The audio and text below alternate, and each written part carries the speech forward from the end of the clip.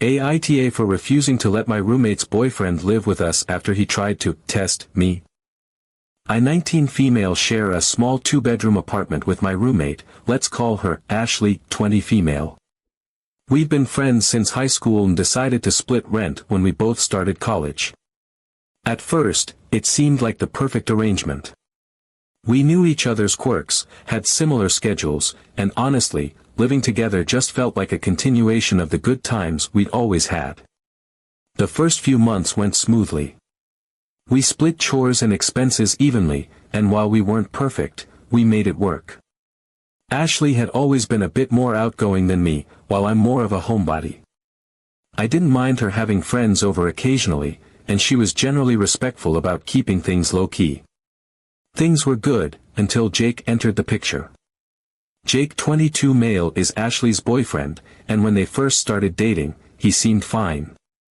A little cocky, maybe, but nothing that raised any major red flags. He'd come over a couple of nights a week, usually when Ashley cooked dinner or when they wanted to watch movies together. I didn't mind, after all, this is her home too, and I figured it was normal for a boyfriend to visit.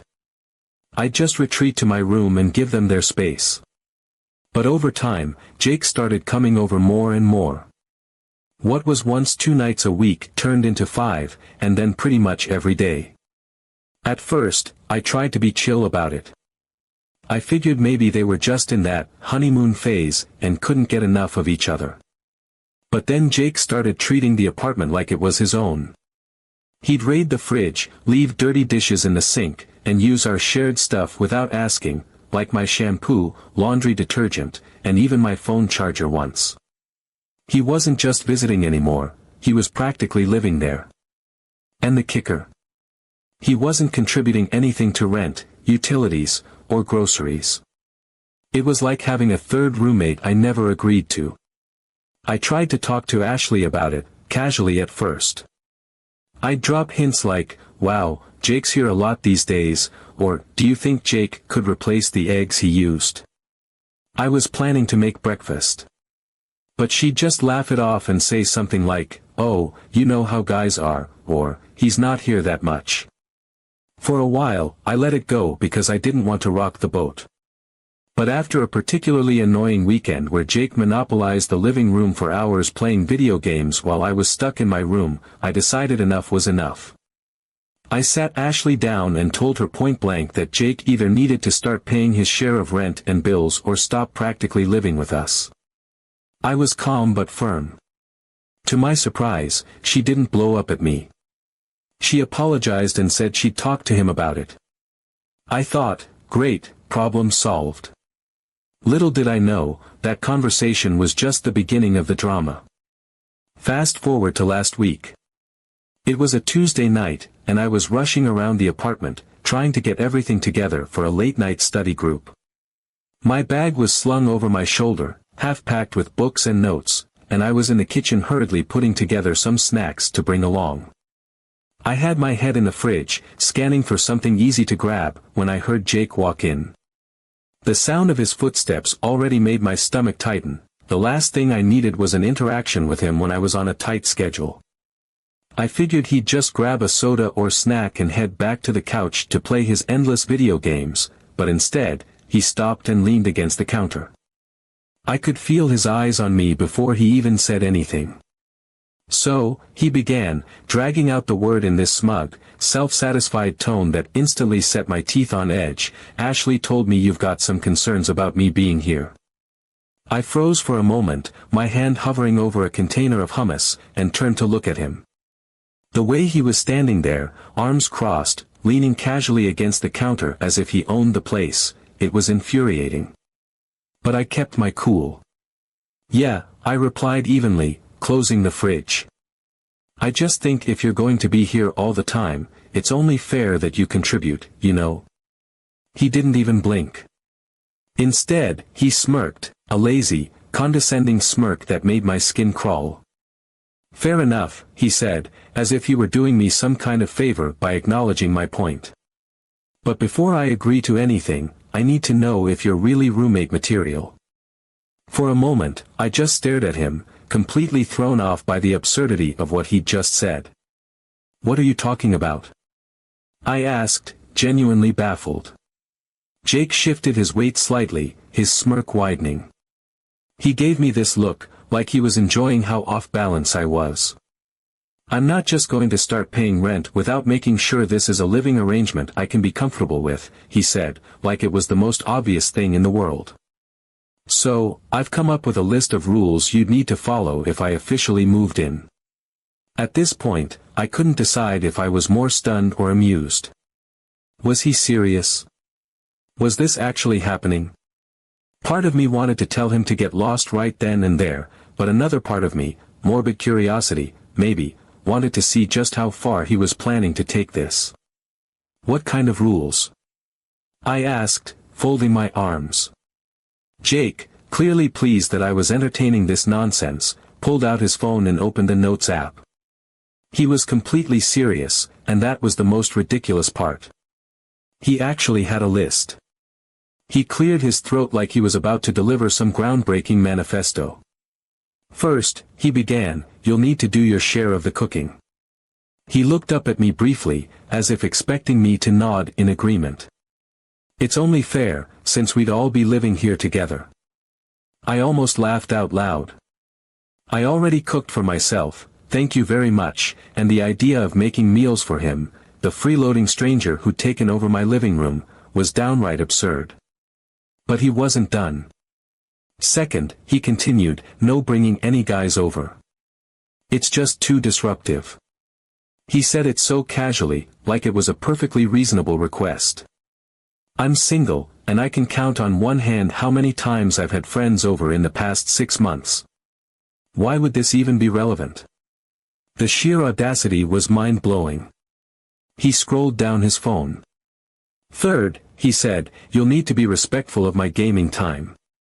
That means not using the Wi-Fi during my streams, especially in the evenings. Streaming takes a lot of bandwidth, and I need it to run smoothly." At this point, I was already mentally preparing my response, but Jake wasn't done yet. He looked back at his phone and added, "Oh, and you'd need to clear any major changes to the apartment with me first. Things like moving furniture, adding new decorations, that kind of stuff. It's important to keep the space functional." He finally looked up, clearly expecting me to be nodding along in agreement, or maybe even thanking him for his generosity. Instead, I just stared at him, my mind racing between disbelief and amusement. He was serious.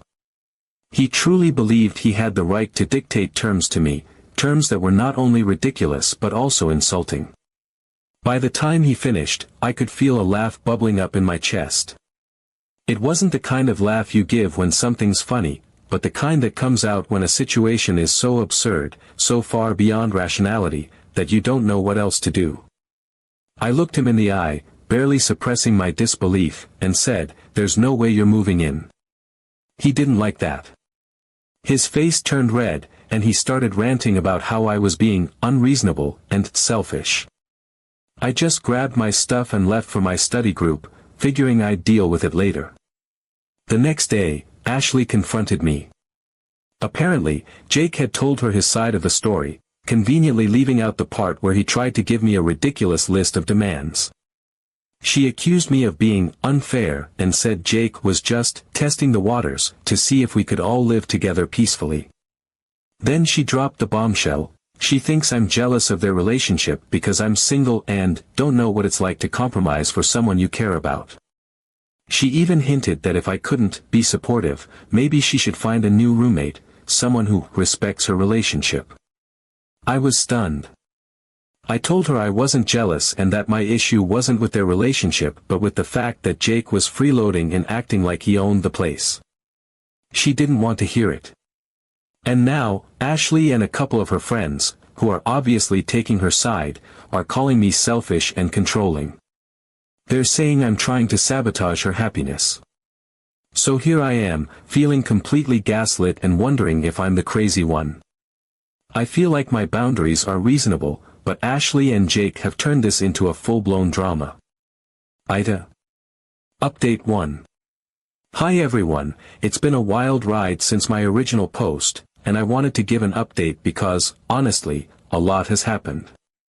First, I want to say thank you to everyone who commented and reached out. It helped me see things so much more clearly. I don't think I even realized how deep in the fog I was until I started reading your insights. It's crazy how much you can normalize toxic behavior when it's happening right in front of you. I can't believe how much emotional manipulation I was putting up with. Jake and Ashley had me doubting my own reality, and for what? To make room for a freeloading man-child. I think a part of me just hated the idea of losing a friendship I'd held onto for so long. We've been friends since high school, and that history made it so much harder to see things for what they were. But you're all right, who needs enemies with friends like these? Still, I'd be lying if I said it didn't break my heart. I've cried more in the past week than I have in the past year, and even now, just typing this out, I feel the sting of it. But that doesn't change what needs to be done. Since our big confrontation, Jake has gone full-blown victim mode. I guess I shouldn't be surprised. He's been telling our mutual friends that I'm out to ruin his life, and that I'm kicking him out of his girlfriend's apartment. Let me remind everyone, Jake does not pay a single dime for rent, utilities, or groceries. The sheer audacity of him calling it his girlfriend's apartment is just beyond me. And the worst part? Some people actually believe him. He's been spinning this narrative that I'm some kind of jealous, controlling roommate who can't handle his straightforward personality. Ashley, of course, is eating this up. She's fully taken Jake's side and now acts like I'm some kind of villain in her love story. She's been walking around the apartment with this attitude like she owns the place, making snide comments under her breath, slamming cupboards when I'm in the kitchen, and even rearranging some of my things to make room for Jake's stuff. It's maddening. At this point, I feel like a guest in my own home. Every time I walk into the living room, Jake's there, sprawled out on the couch like he's king of the castle. And Ashley? She looks at me like I'm the one intruding. What really pushed me over the edge was a comment Ashley made the other night. She told me, completely deadpan, that my negative energy was making it hard for them to feel comfortable in their own home. Their home. Let that sink in. This apartment is just as much mine as it is hers, if anything, more so, because I'm the only one following the lease rules and paying my fair share. But now, according to her, I'm the problem. It was in that moment that I realized there was no salvaging this friendship. Ashley has chosen Jake, and she's willing to throw away everything we've built, years of friendship, mutual respect, our peaceful living arrangement, all for him. I've decided I've had enough. I can't keep living like this, feeling trapped in a space that's supposed to be my sanctuary. I've already started documenting everything, Jake's constant presence, the way he's been freeloading off our food and utilities, and even the passive-aggressive things Ashley's been doing to make me feel unwelcome. I've taken pictures of his stuff piling up in the apartment, written down every instance where he's overstepped boundaries, and saved screenshots of messages from mutual friends where he's badmouthing me. My next step is to reach out to my landlord. I went through our lease with a fine-tooth comb, and, as many of you pointed out, most leases have clauses about long-term guests. Jake has definitely overstayed his welcome, and I'm pretty sure this violates the terms of our agreement. I plan to explain the situation to my landlord and see what can be done. I'm not looking to escalate things unnecessarily, but at this point, I feel like I need to protect myself. What hurts the most, though, is losing Ashley. Or maybe it's realizing that I already lost her a long time ago, the moment she let Jake start taking over her life.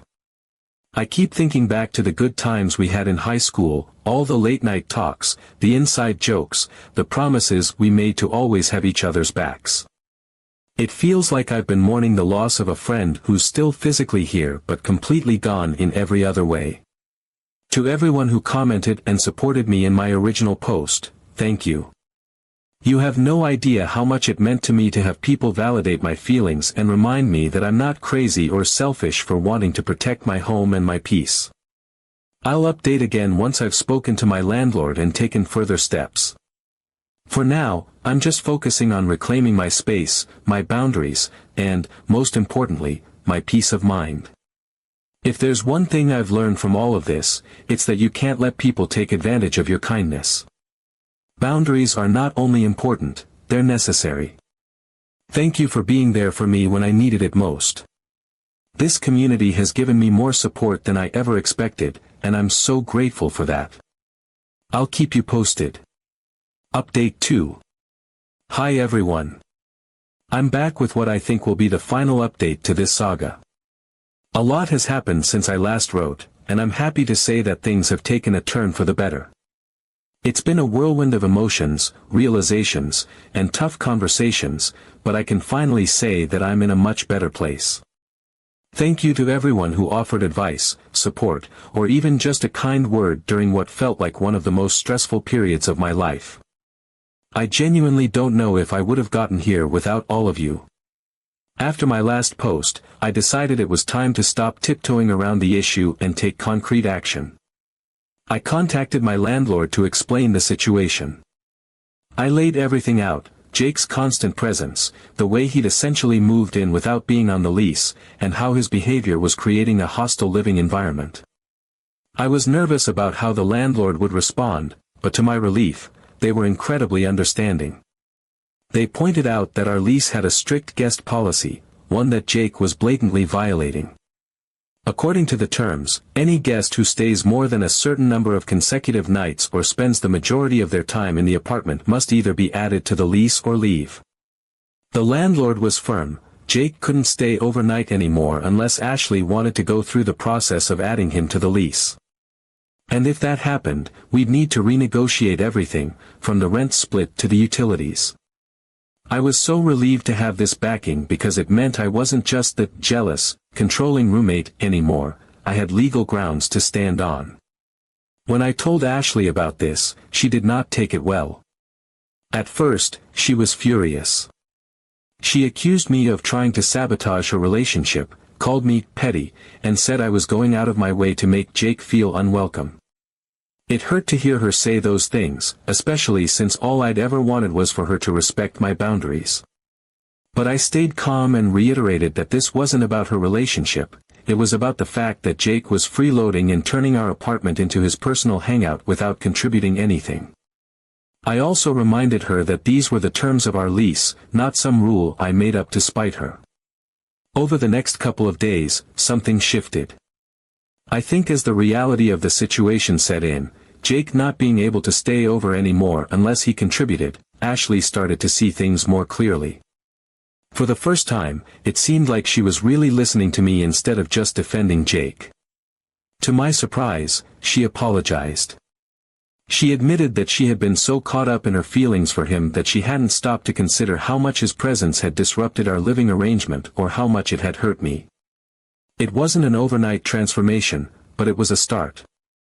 Ashley asked for some space to think about everything, including her relationship with Jake.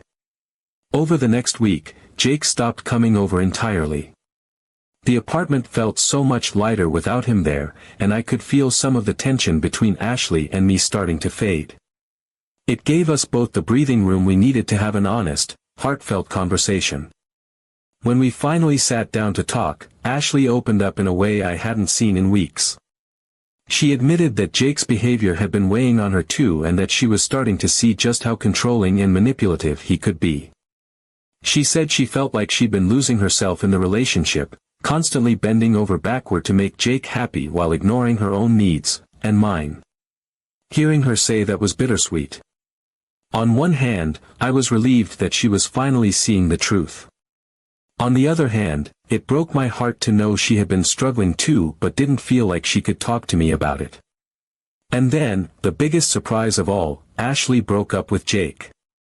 It wasn't immediate, she took a few days to really think it over, but in the end, she realized that his toxicity wasn't just hurting me, it was hurting her too.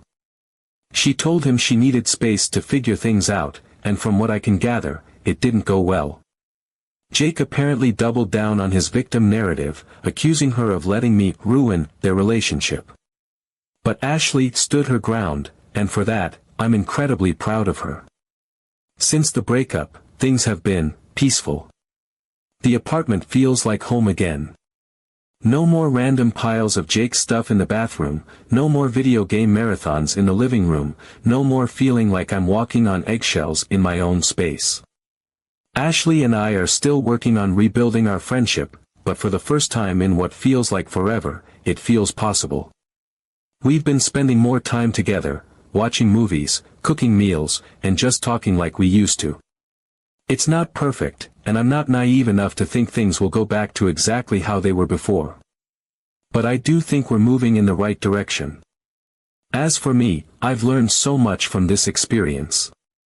I've learned the importance of setting boundaries and standing up for myself, even when it feels uncomfortable. I've learned that it's okay to let go of relationships, romantic or platonic, that no longer serve you. And I've learned that true friendship is about mutual respect and understanding, not just history or convenience. I've also made some changes to the apartment to make it feel more like mine again.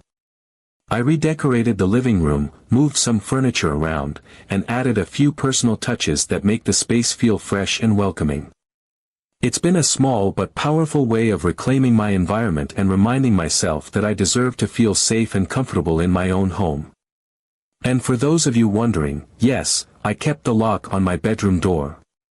It's not about distrust anymore, it's about peace of mind. Having that extra layer of security makes me feel more in control, and honestly, I think we all deserve to feel that way in our own space. I'm not sure what the future holds for Ashley and me, but for now, I'm hopeful. We've agreed to prioritize communication and respect moving forward, and I think we both learned a lot from this experience. As for Jake, I haven't heard from him since the breakup, and I hope it stays that way. To everyone who supported me throughout this ordeal, thank you. Your advice, kindness, and encouragement made all the difference. Without this community, I might still be stuck in a toxic, chaotic situation, questioning my own sanity. Instead, I've come out the other side stronger, wiser, and with a renewed sense of self-worth. Thank you for helping me find my way. I couldn't have done it without you.